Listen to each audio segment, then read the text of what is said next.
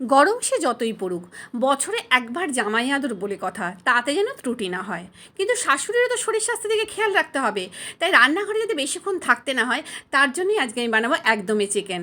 তার জন্য আমি চিকেন কারি কাট 1 কিলো নিয়ে নিয়েছি। তার মধ্যে দেবো নুন, হলুদ, লঙ্কা গুঁড়ো, কাশ্মীরি লঙ্কা গুঁড়ো, জিরে গুঁড়ো, ধনে গুঁড়ো, আদা রসুন বাটা, সর্ষের তেল আর বেশ ভালো পরিমাণে টক দই আর চিনি, সমস্ত ভালো করে ম্যারিনেট করে রেখে দেবো আমি মিনিট 15-20 জন্য।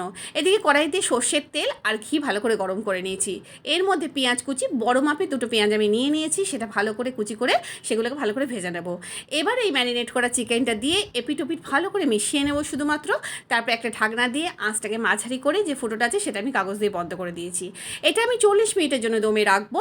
20 মিনিট পর শুধু একবার উল্টে পাল্টে দেবো। দেখো আমার চিকেন কত ভালো সিদ্ধ হয়ে গেছে। ব্যাস, নামানোর আগে ছড়িয়ে দেবো হলো গরম মশলা। কত চটজলদি হয়ে গেল এবং এটাকে নিয়ে আর বেশি ব্যতিব্যস্তও হতে হলো না।